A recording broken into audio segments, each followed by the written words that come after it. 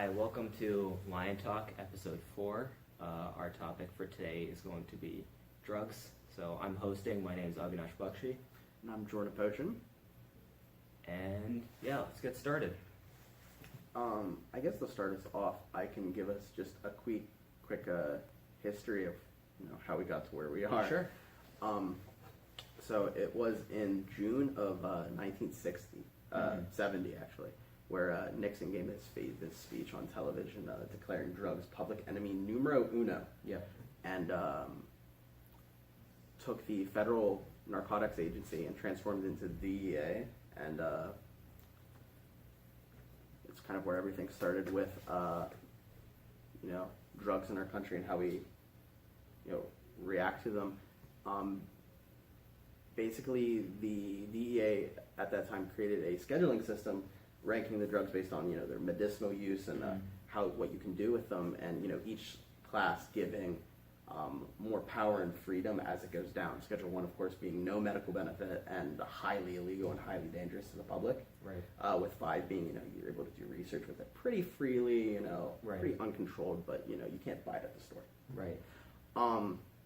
So Nixon actually placed right after that speech, placed marijuana into Schedule 1, which is no medical benefits and highly addictive. But it was only placed there temporarily, and he wanted a committee to review it and give it some time, kind of do some research.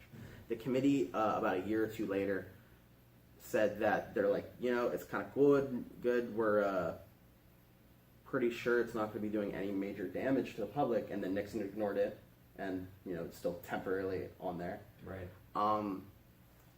So in the 1980s, 10 years later, the number of nonviolent drug offenses for people in prison went from 50,000 to 400,000 by the year 1997, between 1980 and 1997.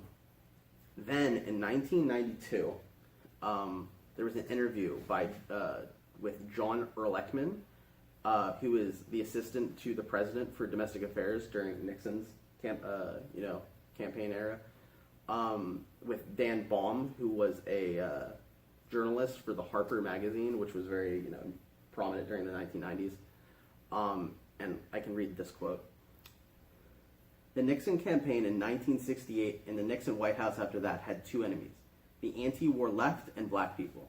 You understand what I'm saying? We knew we couldn't make it illegal to be against either the war or black.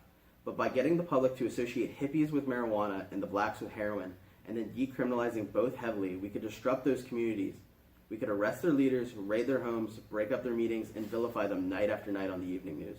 Did we know we were lying about drugs? Of course we did. That was in 1994. Yeah, I definitely think that the current scheduling system we have is flawed in many ways. I mean, as you mentioned, there are 5 schedules of drugs, but I mean, you'll have Schedule 1 drugs like marijuana, which I would argue is not as harmful as certain other drugs that are lower down in the schedule, like Xanax. And we have this interesting dichotomy where we will have the federal government saying that, okay, marijuana is like a Schedule 1 drug, like no one should have it, but then now we have individual states saying, hey, we're just going to completely legalize marijuana. And in this case, that just means that, the state government is also just saying that, hey, this is completely hypocritical. Because on one hand, the federal government's telling me that marijuana is like completely a horrible drug and you shouldn't use it. But on the other hand, on the state level and on like the local level, you have state governments saying that, it's okay to use. I personally think that we should look at drugs a little differently and maybe rewrite the ranking system. We should grade them on like the harm to individual versus the harm to society. I would argue from a legal perspective that harm to individual shouldn't be taken into account when discussing whether or not to legalize drugs, only because I feel like this is America and you have the right to do whatever you want with your own body. However, it's important to take into account the harm to society. So although you can say that, oh, this is America, I can do any drug that I want, if that drug is proven to have like significantly detrimental impact on the society, I feel like that should definitely be taken into consideration when trying to determine whether or not to make this stuff legal. For sure. And the hypocrisy between the federal government and the state government is very prominent, but the federal government itself has a lot of hypocrisy within it. So until very recently, actually, there was a big disparity between the sentence you would get for cocaine and crack. Crack, if you aren't aware, is cocaine, but in a solid form that's smokable, which is debatably higher, like more addictive because of the ease of ingestion, Right. but not chemically. Chemically, it's the same thing. Right. Before the law was changed, the sentence for 5 years, the 5-year minimum sentence for 5 grams of crack cocaine was equivalent of the minimum sentence for 5 years for 500 grams of powder cocaine. Wow. Yeah. Crack cocaine being a primarily cheaper drug due to it not being solely the powder cocaine like constituent, Yeah. you're able to sell it in like lower poverty areas. So with that being said, you have a lot of poor people being thrown in jail for longer times than people who can afford the more expensive, higher grade stuff. Yeah, I'd also be interested in trying to see, even controlling for the same drugs, like what's the conviction rate of white people or Caucasian people who, maybe smoke marijuana versus, people of color who smoke marijuana. And I feel like that's certainly endemic of our justice system as like a whole. So I did read a statistic recently that the rates of use between African Americans and Caucasian, at least men who use marijuana, is around the same percentage in each population group. Interesting. Yeah, I definitely didn't know that. Going back to drugs as a whole, I feel like generally speaking, I would probably be in favor of decriminalizing all drug use and making it more available to have more research studies on it. I don't think I'd go as far as legalizations because I do have concerns over the misinformation of drugs, especially since we don't really know like what the long-term impacts of some more recent drugs are, or some drugs that are Schedule 1, so we can't have it available for studies. So I feel like I would definitely be in favor of decriminalization, something that Portugal did, I think, in 2011, and that has shown to like decrease the crime rate and decrease overall usage actually over the course of 5 years. And then I think I would put in drugs that we don't have a lot of studies in into like a 20 or 30 year research period to try to see like what are the actual long-term effects of using these certain drugs before legalizing. So, I think both of us can agree that just prohibition doesn't work. Yep. 1920s, 18th Amendment, Volstead Act, alcohol's banned. Yep. Everything negative you could imagine goes through the roof. Murder rates increase, drunk driving increase, and that was years on end. And I believe it was the 21st Amendment that was like, we can't do this anymore. And everything leveled itself back out. But now we sit in a place where it's been 60 years and we've had prohibition on these substances, and America just hasn't had the time to properly deal with intoxicants. Yeah. It's part of the culture. I think another issue is that we've kind of had, I feel like, common drugs that have been grandfathered in. And when I'm talking about common drugs that have been grandfathered in, I'm not talking about like hardcore drugs like cocaine or heroin. I'm talking about common drugs that everyone uses like caffeine or sugar, which are both, I would say by definition drugs because you can easily get addicted to them. And I would argue that, in America, like usage rates are rampant and like the long-term impacts are definitely negative. But we still say that, it's okay to do only because like we have been doing it for so long. So I would say one of my other concerns when it comes to like the line between decriminalization and legalization is that if you know that the overall impact on society of a drug is bad, do you still, go ahead and legalize it? Like I would argue that the overall impact of, sugar is bad. I'm not saying that we should go ahead and ban all sugar, but all that I am saying is that it's widespread in its usage, and it is causing bad stuff to happen in America. So it's really interesting. I don't know if you've heard, but in Hawaii, what they're planning on doing is, at least an idea that's going around, and it seems pretty heavily supported, is the idea of this reverse grandfather for things like for cigarettes. Yeah. So what they'll do is, in 10 years, the age limit to buy a cigarette will be 30. And then 10 years after that, it'll be 40. So people who currently are able to buy cigarettes now will still be allowed to, and their freedoms will not be taken away, but the age limit will be increasing, I think, up into 100. Yeah, I definitely think that is an interesting solution. But again, it's tough, right? Because, I mean, at least with the culture right now, we've reverted and we've gone, okay, listen, we were prescribing cigarettes to help with about everything. Right. We realized the long-term damage, of course, the lung cancer and everything. Right. So everyone's quick to jump on the gun and go, yes, let's ban cigarettes. That's Right. a menace to society. But we just say prohibition doesn't work. Right. So we have to find a way to help people deal with intoxicants.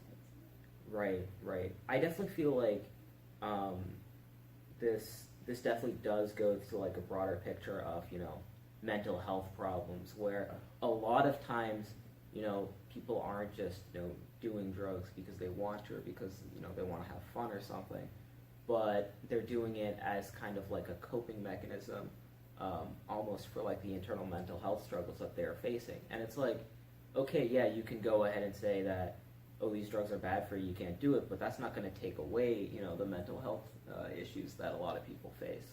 So before we go a little further in the conversation, I think I want to make a clear distinction in the realm of addiction. Okay. So just because I think it'll be helpful, there are two types of addiction as far as I can see it. There's physical.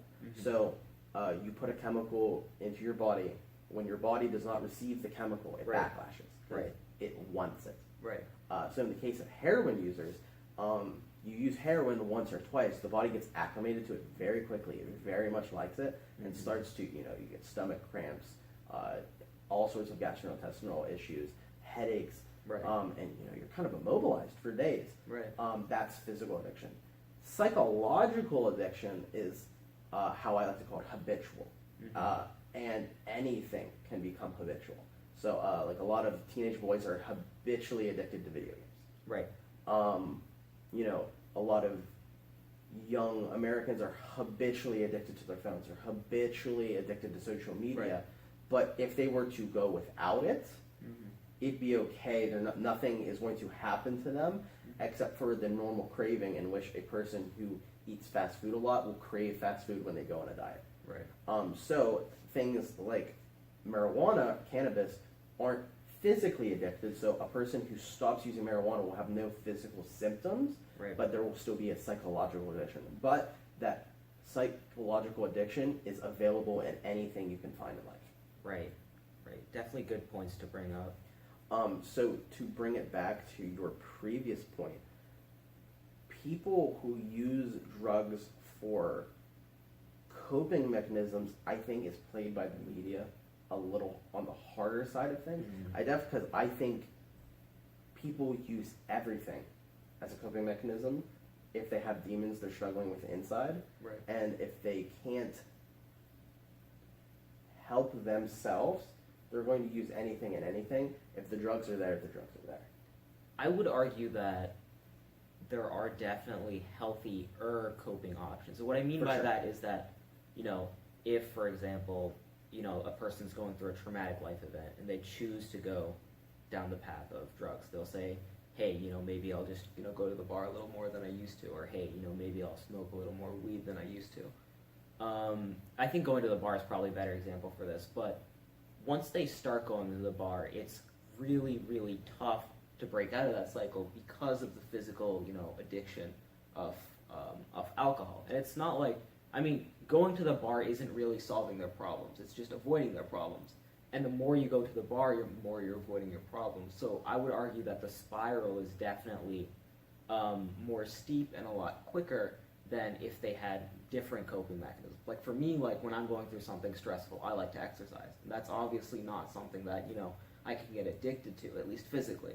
So that means that, once enough time has passed and like my grieving period is over, I can more easily jump back into my life.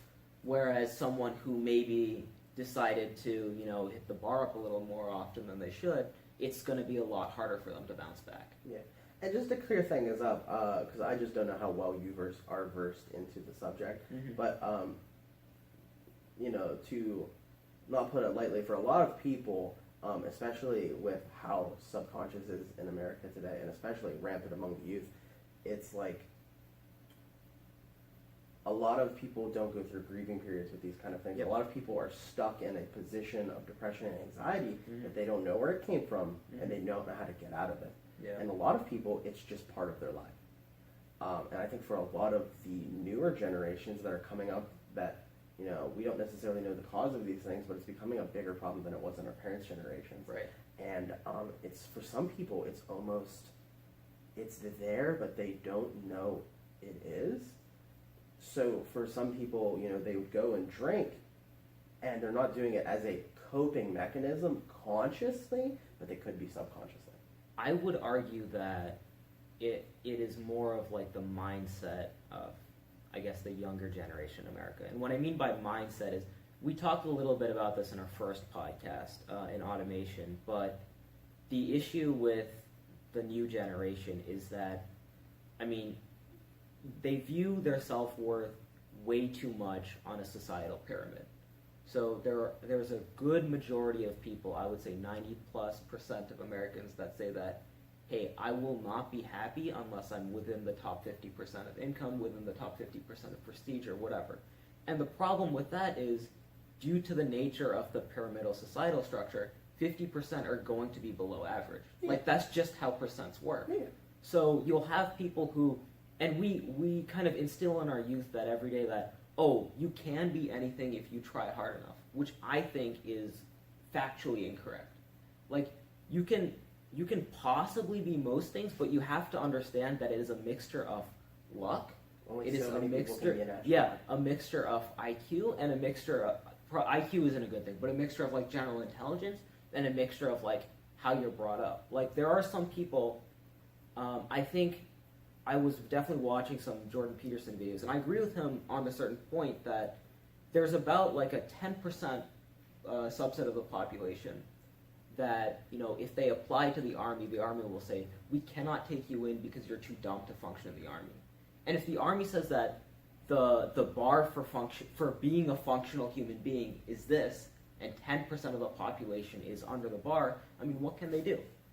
And it's like, I think that it is a lot healthier to accept the mindset that, I am, like, not that, I feel like just comparing yourself to other people and saying that my happiness is contingent upon how society views me, rather than my happiness comes from an internal place, is definitely better. And, I know I'm speaking a lot here, but I think another facet of this is the rise of social media.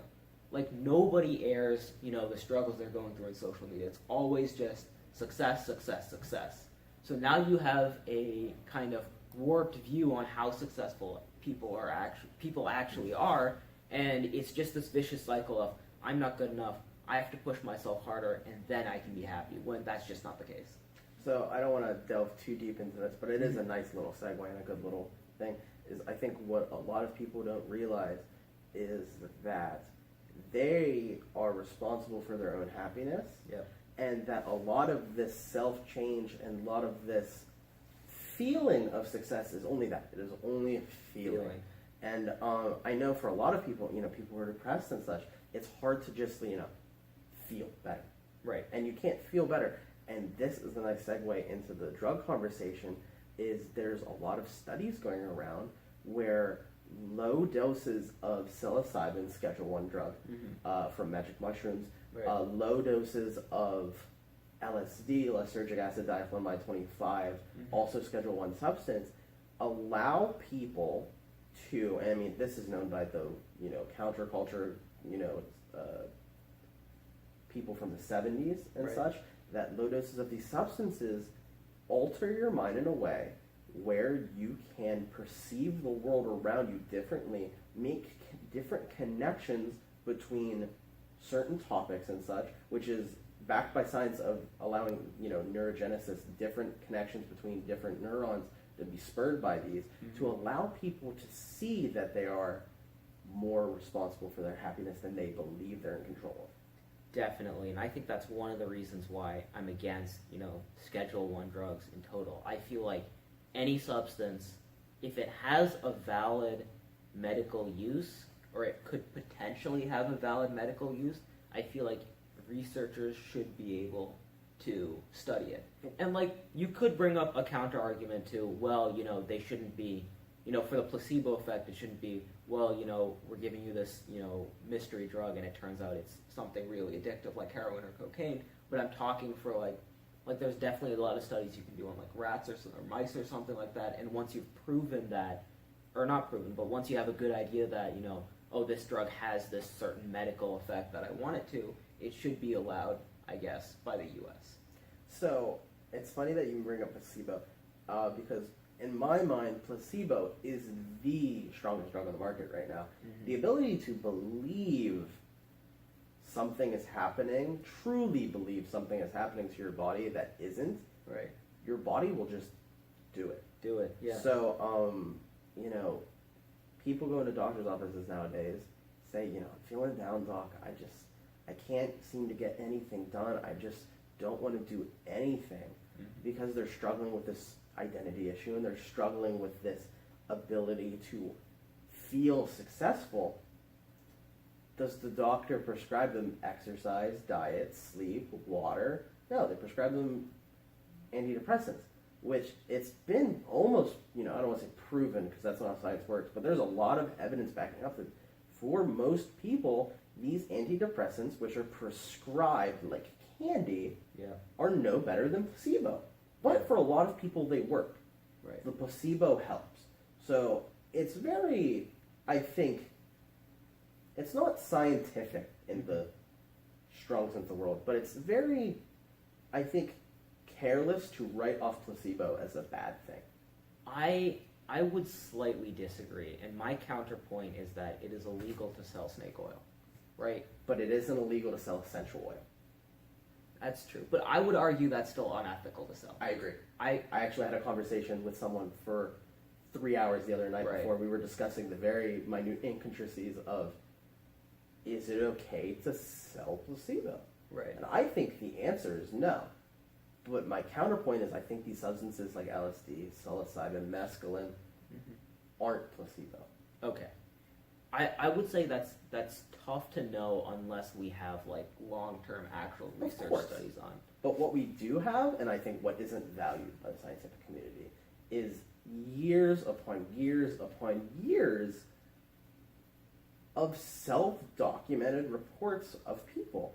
And I know it isn't the clean-cut science of going through cell cultures and going through lab studies with rats and Drosophila, but it comes down to this. Back in the day, science was an agreed observation of multiple people. If I agreed that the sky is blue, and you agreed the sky is blue, and Albert Einstein agreed the sky is blue, the sky is blue. We write it down, and we look for anything that says the sky is not blue. Right. If we don't find anything the sky is not blue, we call it a law of science, and we move on. Right. And we stay open to the fact that maybe the sky isn't blue. But after enough documents are published and after enough data has come in, we kind of forget about the topic and we move forward and base all other rational science that is based upon that as truth. So, if we boil back down science to the nature of people agreeing with what is going on until something falsifies it, if we have thousands upon thousands of documented things of people taking small doses of psilocybin, LSD, mescaline, and reporting great quality of life increases, who are we to say that that's just... I would still slightly disagree because I feel like the null hypothesis in this case is that we don't know enough about these drugs in order to prescribe, or at least to say for a fact, that they help with depression. And I'm not saying that I don't think it helps with depression, Yeah. but all that I'm saying is that there have been cases of. I remember they had this drug called Airborne. I don't know if you've heard of this story, but basically what it was that a high school teacher made a compound and said that this compound cures the common cold. And as you know, there is no cure to the common cold. But he put it on the market. He said that, I've done studies and it's cured the common cold.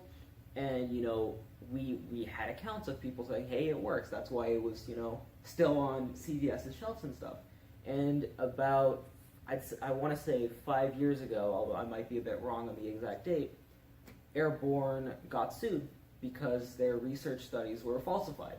This was just a placebo effect. So it wasn't that Airborne was actually had any mechanism to cure the common cold. They didn't do any like legitimate clinical studies. It was just that they made some BS up and said that, hey, this drug, they basically just sold customers snake oil. And I agree with you that, for some customers it works, but the problem with placebos is It doesn't work for everybody.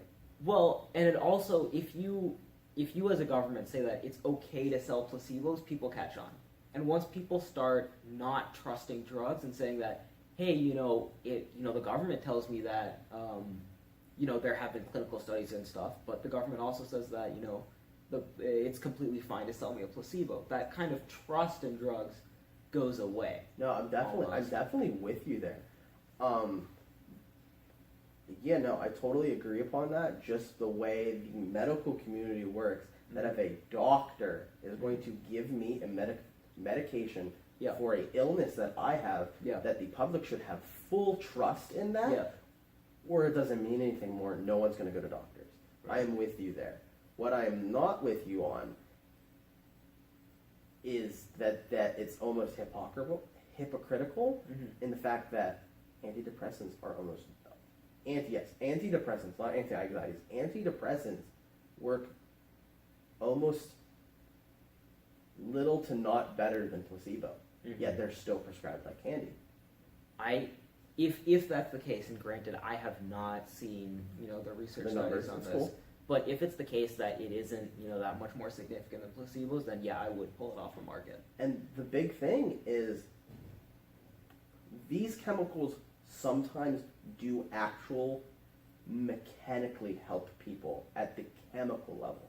The problem is that most, I would wager, I'm going to throw a number out there, Okay. it's not scientifically based at all, 90%, based off of my personal experience, Mhm. of people that go to the doctor for depression, it's not chemical. It's not a thing they were born with. It is a psychological thing that they're getting a chemical helper for, and it just doesn't do anything. And the thing, I don't know if you've, gone through the process of whatnot, of seeing how this, getting a antidepressant works. Mhm. But for a lot of them, it's kind of a crapshoot, Yeah. You go to the doctor, you'd be like, I feel sad, I just can't get anything done. What can you do for me? I'd like to try medicine. Right. They give you, first drug comes off the mind, Zoloft. Right.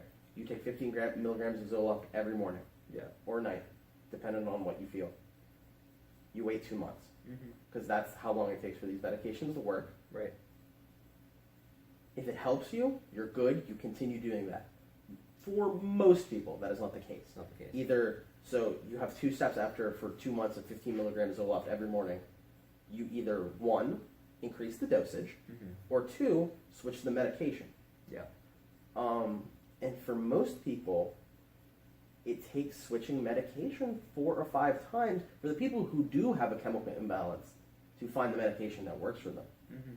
4 or 5 times 2-3 months, Mhm. times whatever medication they found was working for them to get up dosage to the correct level, you're looking at years before a person who could possibly being helped, Right. which I'm still arguing that is within the low minority of people who can be helped, Right. to find a solution. These things are no better than going around and just asking for advice from psychologists and whatever, because you're not getting anything done in that time anyway. Mhm. Yeah, I would definitely say that depression is very complex, and I Of think course. I feel like I'm a little, so even though I have not been like, suicidal or something, I have worked with certain suicidal individuals, and I found out that, it's not really like, it's always that there's a traumatic event and then the person becomes suicidal. It's a lot of times, some people, they just go, I'd say 95% of people go through an existential crisis at some point in their lives. It's just part of being human.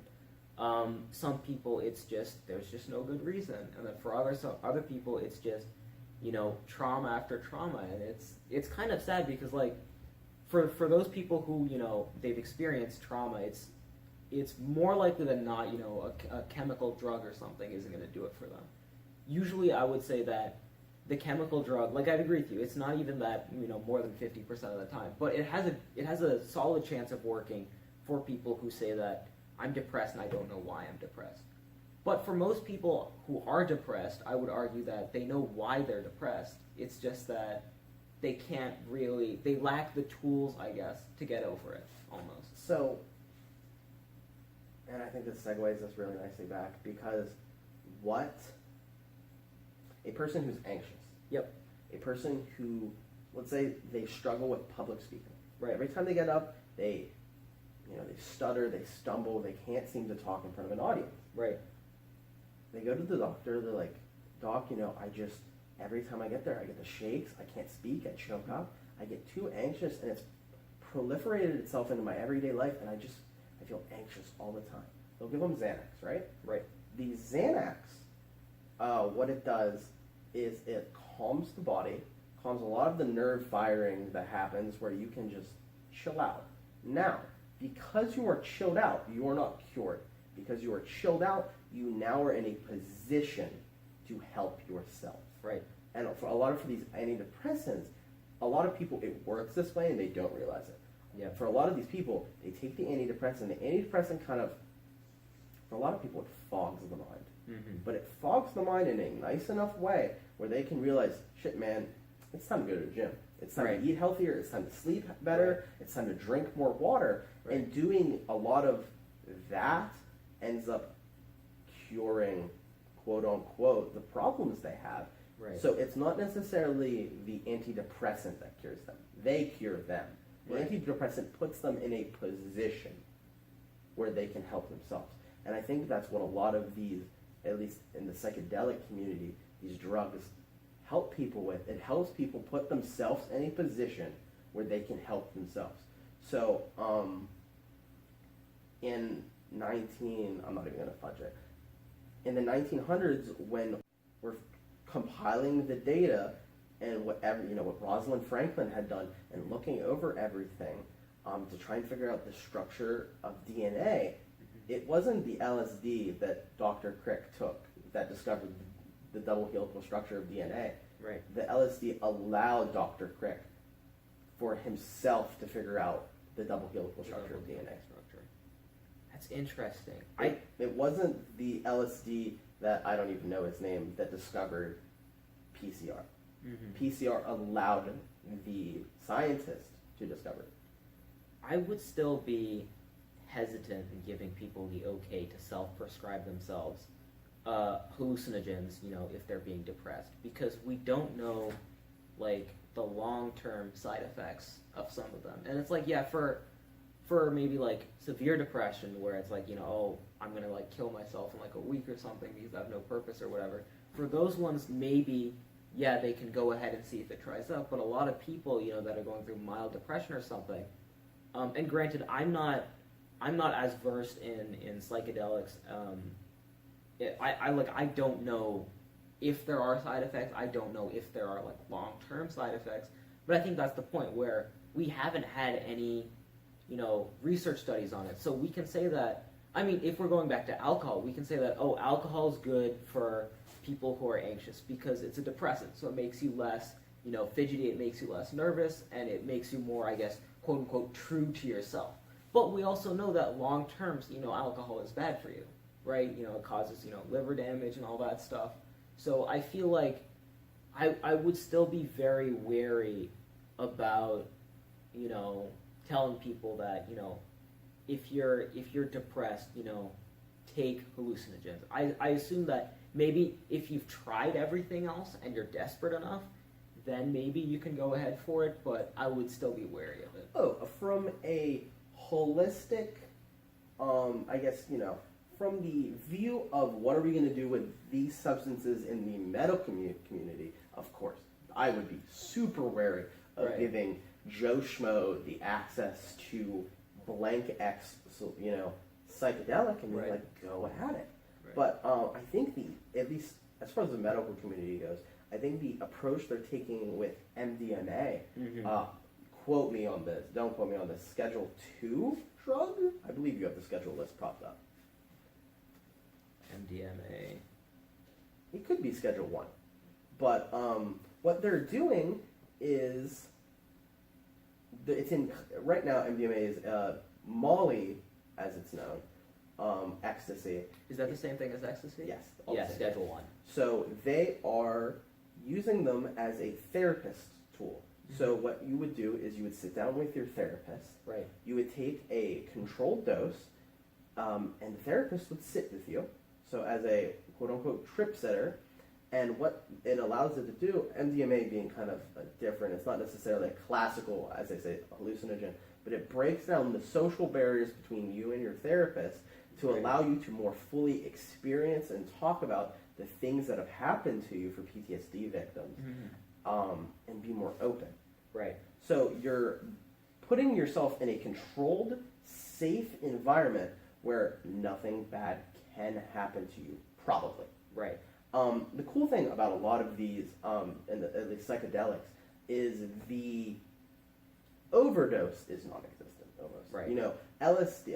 If you compare the ratios of a active dose to the amount that you would need to die, for instance, for cannabis, it's like unknown.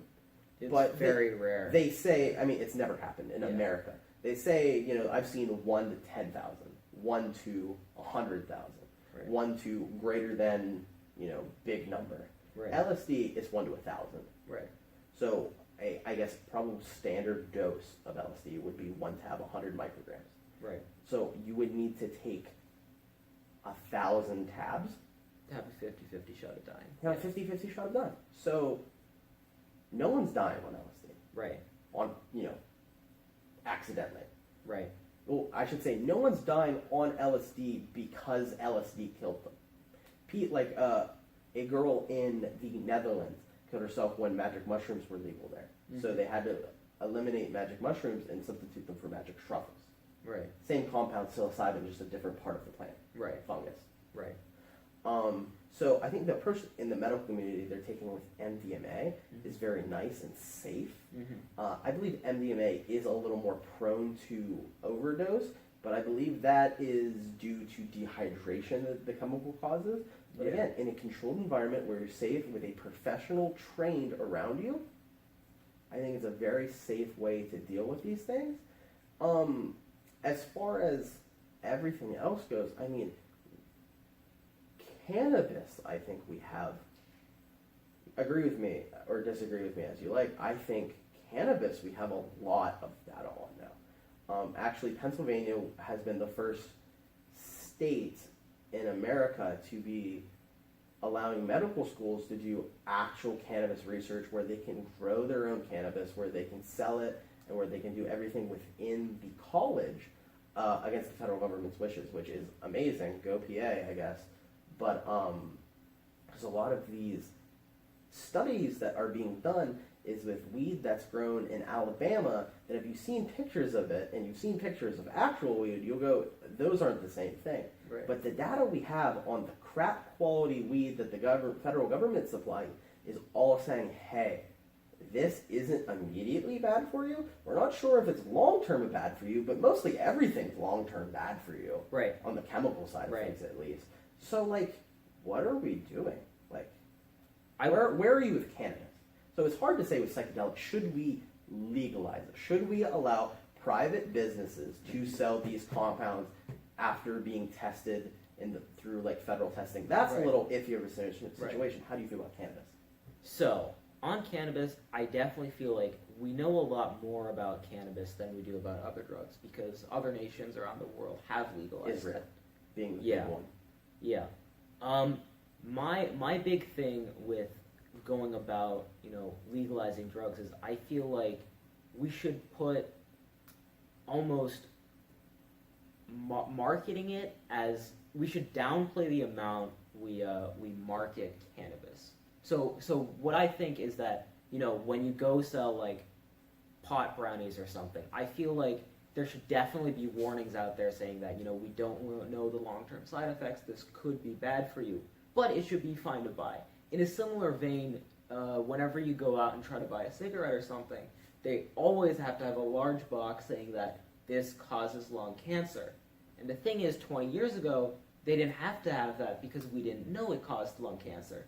So I'm worried that in a similar strain that cannabis is saying that, or at least companies that sell cannabis is saying that, oh, this is cool, get high, we don't know the side effects, so we're just not going to tell you if there are any side effects. But I'm worried that 20 years down the line, we might find out that, oh, maybe cannabis also causes lung cancer or something like that. So that's my concern. I am definitely, I would say pro-drug. Right. But here's the thing. I do not think that everyone should do drugs. Yep. I do not, but on the other side, and why I would say it's pro-drugs, I don't think people should be allowed to not do drugs. Right. I would agree. But I do not think that Joe Schmo should go do LSD. I don't think that, of course, I would never advocate, if it were to be legalized, anyone under the age of 18 or whatever legal adult is in your country to use these substances, just, for the developmental reasons alone. Mm-hmm. So I think that shoots down a lot of arguments people have with think about the children, Yeah. Because no one is saying anything about the children. No one thinks children should touch substances that affect their brain development before their brain is developed, Right. And we do have a lot of data saying that the brain doesn't stop developing until 25, and we yeah. also have a lot of data saying the brain doesn't really stop developing at all. Yeah. So the conversation might be moot, but we know to function as a correct human being, Homo Right. sapien, you probably shouldn't be messing with things before the age of at least 18. So, I think my biggest issue is I have no problem. I think I'm with you when going from illegal to decriminalization. I'm also with you 100% from going from not being able to be used in medical studies to be able to being used in medical studies. But I still have a huge issue with corporations touching this stuff without fully knowing, what the long-term concerns are. And as an example, let's go to our, the couple of drugs that we have legalized: sugar, caffeine, and alcohol. And the issue with these three is that, for example, sugar, it's constantly advertised that, hey, this product has a lot of sugar. Hey, this product might be good for you. It might be tasty or whatever. With caffeine, it's kind of normalized that, hey, if you're feeling tired, just drink some caffeine or whatever. But I feel like, personally, I would want, like in an ideal world, and I understand this might not work, like in the system we have now, but in an ideal world, we would have the government regulating the output of the drugs and putting them almost in like unlabeled containers without any advertisement to say that this is up to you to take, and we're not going to subtly tell you whether or not it's good or bad. And that, I think, goes back to your point of, people with developing brains, where a lot of times, like, even though, okay, you're 18, now you're an adult, your brain's still, developing, and you're susceptible to, subverted advertisements. And that's how a lot of these companies get you hooked on drugs like caffeine or sugar, I'd argue. So I'm with you for about all of it, actually. Mm-hmm. So I'd like to congratulate drugs for, winning the war on drugs. Right. Because yep. overdose is, for heroin at least, a jumbo jet full of people overdose per day on heroin. Right. That is, I don't know the number, but very large X amount bigger than where it was when, heroin was demonized. Right. And so, there's a very clear winner here. So my problem now is drugs now are not on the same playing field. Caffeine is marketed to everyone and everywhere, and Starbucks is what America wants. Right. No one's sitting here talking about how if you take away coffee from 90% of the corporate world, things would go bonkers. Right. Because the physical, I don't know, have you ever had caffeine withdrawal? I don't drink coffee, actually. Okay, so I didn't drink coffee in high school. I started drinking coffee just trying to get up in the morning. Wasn't for me taste-wise. But I drank a lot of soda. Then in high school, when I started to try and diet a bit, I cut out the soda completely, and you go through some pretty bad headaches. It's nothing debilitating, but it makes you a worse person. You're just groggy, and you aren't the functioning human being you need to be to, even talk with friends and family. Not even being productive, but you can't be human. But no one's talking about that and how every corporate office has a coffee room. And I'm not trying to demonize coffee here. It's just no one's saying, "Hey, you're addicted to coffee." Yeah. No one's sitting here saying, "Hey, we don't want marijuana in the hands of children. They're selling candy. That's for children." But no one's talking about the actual candy that has sugar that's physically addictive. I mean, have you gone like 3 or 4 days without eating sugar? It's like you are a different human being.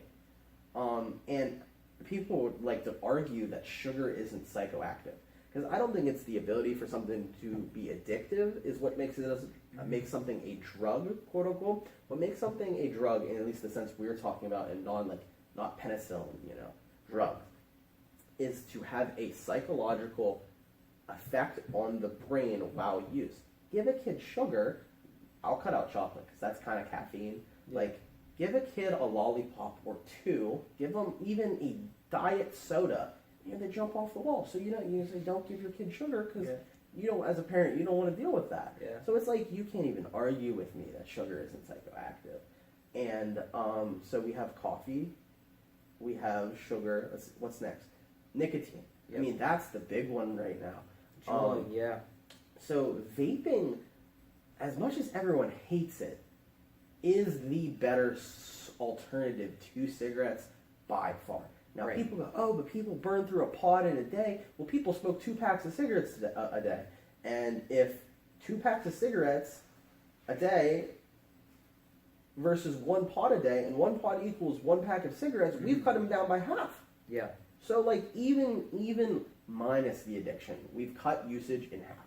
Great. Right. So the next thing is, back to the flavors. That's the big topic right now.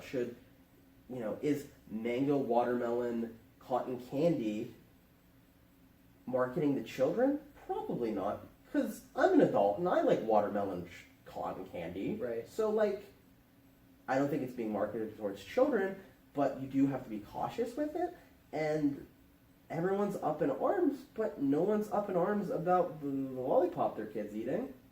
It's hypocrisy all around. Yeah. Drugs aren't on a level playing field, and now as a society we're starting to realize that we have a very bad way of dealing with intoxicants, because some of them we glorify, and some of them, coffee we claim to be the miracle cure for getting up in the morning. Right. And no one wants to touch cannabis for relaxing at night. Right.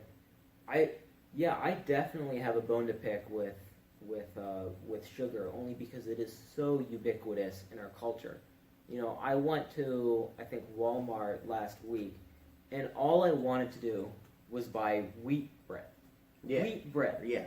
I went through the entire 2 aisles of bread, and all the wheat bread had more sugar than the white bread, because they were compensating for it. And this is something that it is just, I mean, if you've ever tried to honestly try to cut out sugar from your diet, it is very, very tough to do in America. You're drinking water, my guy. I honest to God, I wanted to buy, green juice. So, it's like, it's basically all that I wanted was, I wanted salad that had been through the blender and was diluted in juice form.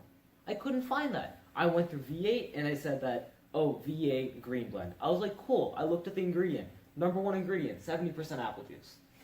Where's the green in apple juice? Why is this just filled with sugar?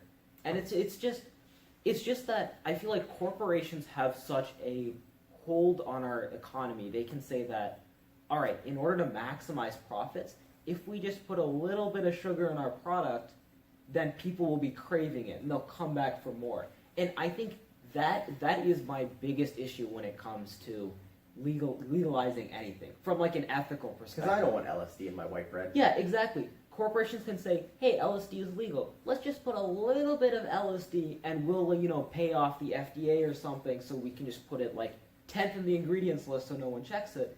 And next thing you know, half the population's addicted to LSD. And, this might sound a bit like dystopian, but I feel like in an ideal world, this would also hold to, caffeine or sugar, where we just limit the amount that we take in. I mean, I just pulled it up here, so I'm not speaking out my ass. A McDonald's Oh my god. salad, 23 grams of sugar. ¿Dónde estás? La It is azúcar? a salad. I know. It's a salad with 20. I remember when I was learning to cook, I wanted to know how I could make my food taste like restaurant food. Because I really like eating out. And it's like, do you want to make restaurant food?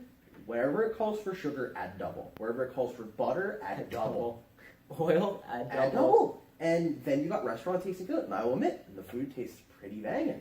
But the problem is, with sugar being physically addictive, and a psychoactive ingredient, which stimulates dopamine release and serotonin release. Yep. What do you do when it's in everything? Yeah. But we try to put in these places where people can use other drugs like cannabis, and people outcry. In my opinion, it all comes down to regulation. The reason you see so much, even when here's a trick that companies do with food: they'll tell you it has no sugar, and they'll put high fructose corn syrup in it. Yep. And it's like the only reason that it is so I would say that the biggest reason that American foods have so much sugar in them or high fructose corn syrup in them when compared to Japan is that we subsidize corn. So we tell farmers that, hey, if you grow corn, we'll literally pay you for, half this product. And then you can upsell it for however much you want. So since it is so cheap and so, profitable for farmers to just keep on outputting corn, companies say, hey, this costs us, pennies to the dollars to use. Let's just incorporate it into our food. No, I mean, you're completely right, and it's totally hypocritical. You just need, I feel like, more stringent regulation when it comes to majority of drugs, even when you do eventually, legalize it. And like, I'm fortunate enough where, my mom, she grew a garden, so literally like half of the food I ate was actually just right out of our backyard. And she was very health conscious and stuff. But a lot of Americans, like, they just don't have the money to do this. They just don't have like the mindset to do this. So you just have to have a stricter government regulation. Yeah. I think the logical thing to do in regards to most of these substances, as a first step, is to stop throwing people in prison for it. Yep. Because if you're not going to throw in people in prison for drinking alcohol and crashing into a family of 4 for drunk driving, which is illegal, but using the substance was not, making a bad decision under the influence was not, you can't be sitting here and throwing people in jails for doing these substances, And there is like no other crime that is only harming to the individual. Right. There is no other crime. Right. At least that has a potential to hurt another human being physically. Right. And I think this kind of really, really well ties back to, I think, the first part of this podcast where we talked about, the two facets of drugs, harm to individual and harm to society. I think we talked a lot about, how if there's like a good harm to society, how to deal with that. But then the interesting part with the harm to individual is that, I've been quoted as saying, this is America, you can do what you want. But on the other hand, if you say that, if we say that, since it's just harming the individual, it's okay to release, you'll have these companies being maliciously, dishonest just in order to get a profit to try to hook people on these products. So I feel like that's the one part where if it is harmful for the individual, definitely eventually I want legalization, but I want like real strict regulations so that it is not profitable for to companies to make the populace addicted. I agree. I'm totally in agreement. I'm just thinking. So I think we're both in agreement. Stop putting people in prison for using drugs. Yep. I think we're both in agreement. Just kind of running down the summary here. So I would still put people in prison if they end up harming other people. Oh yeah. But that's not. I would use say, and selling, I think, are two different things. Yeah. So stop throwing people in prison. Yep. How are we on cannabis? Are we for legalization or are we against? I mean, I'm obviously for. I would be for legalization. In a cautious manner. In a cautious manner, only because so many states have already begun legalizing it. It makes no sense to have it Schedule 1 in Texas and you go, a couple states north, you just have it legalized somewhere else. Yeah. And I think we're in definite agreement that there's a big hypocrisy upon the drugs that have been grandfathered in and the drugs that have been illegal for so long. Yeah. So I guess the next thing I want to touch on is that we, as, a society, see drug addicts right. as nothing more than idiots who haven't done anything but harm themselves, and they deserve to be in the place they're in instead of a health issue. I had a buddy when I was in middle school. He was a brother of my friend's. He was he was a foster kid. So he moved into the house that he lived in, and his name was, I guess for non-obvious reasons, we'll call him Jake. Jake and I would, begin to hang out. He was much older than I was, but, still in high school. I was in middle school. Yeah. And we'd hang out and whatever, and I knew he'd smoke pot. I didn't know what that meant, back then. I just knew that, he was doing drugs and it was probably not something you should be doing at, that age. He graduated, he dropped out and moved to Colorado Springs. Yeah. And I moved from that middle school to where I eventually graduated high school. Mm-hmm. And I got a text from an old friend of mine, and she was like, "Yeah, Jake's dead. He died of a heroin overdose because it was laced in cocaine he was using." And I'm sitting there as a 10th grader, and I'm like, Steve didn't need to die. Yeah. There was definitely I don't know at that point if he was addicted to something, but I know that this wasn't a reason that kid needed to die. Mm-hmm. And I know as for a fact that if he went to go and find help, he would be labeled as an addict. Right. And I have, met a lot of people who have been or are addicted to quote unquote hard drugs. I use that term very loosely. Right. That they just can't find help. Right. Because you go to these rehab centers and they basically will detox you.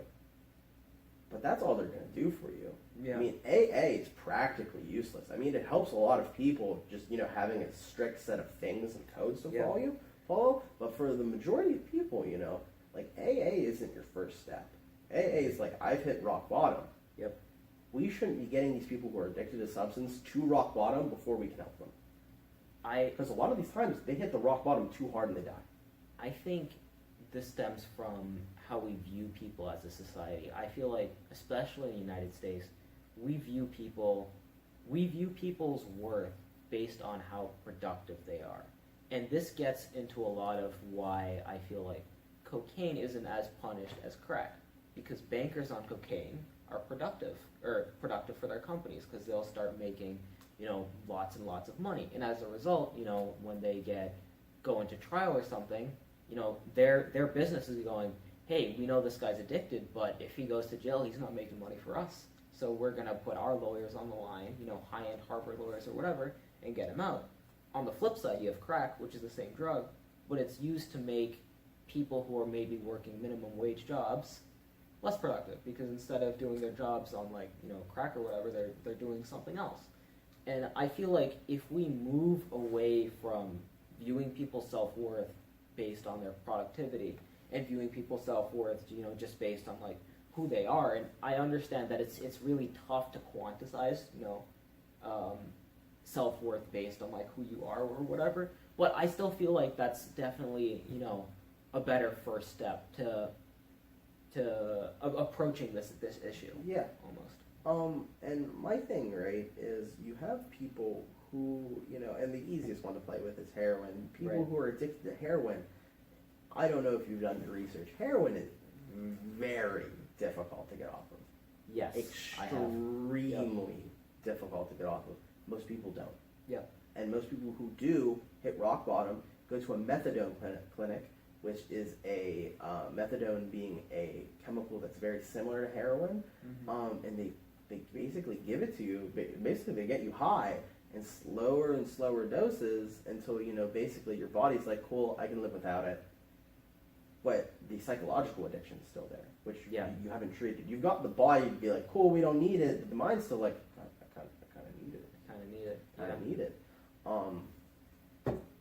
Luckily, we have a lot of these new cool medicinal drugs. I forget what that drug's name is, but basically what it does is in partial opiate binding. What it does, so you take it, and you take it in a lower dose than what would get you high. So you don't get high. You're completely cool. But what happens is if you slip up, you take it in the morning, and if you slip up during the day and someone's like, hey bro, you want some Vicodin, you take it, you can't get high. It does not, it binds for the day. It does not get you high. Is it methadone? I don't believe so.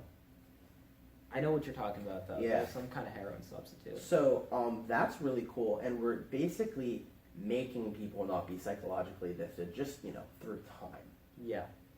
But you have people who are addicted to substances, and we treat them like they're worthless, when in reality they have a health issue. Yeah. So we're reaching about an hour. So I think I'm just about to, wrap this conversation up. Okay. And I think that we talked a lot about, the different, how the U.S. views drugs. I know we started off by, talking a little bit about the scheduling system.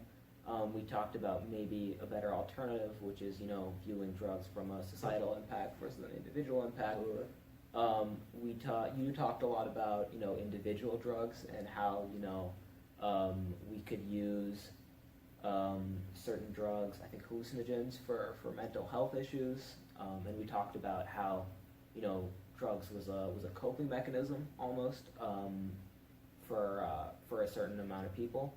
Also, we went through an interesting conversation about legalized drugs like sugar and caffeine that people use and abuse all day. And I think overall this has been a very productive discussion, and I look forward to having you maybe in a different podcast. For sure.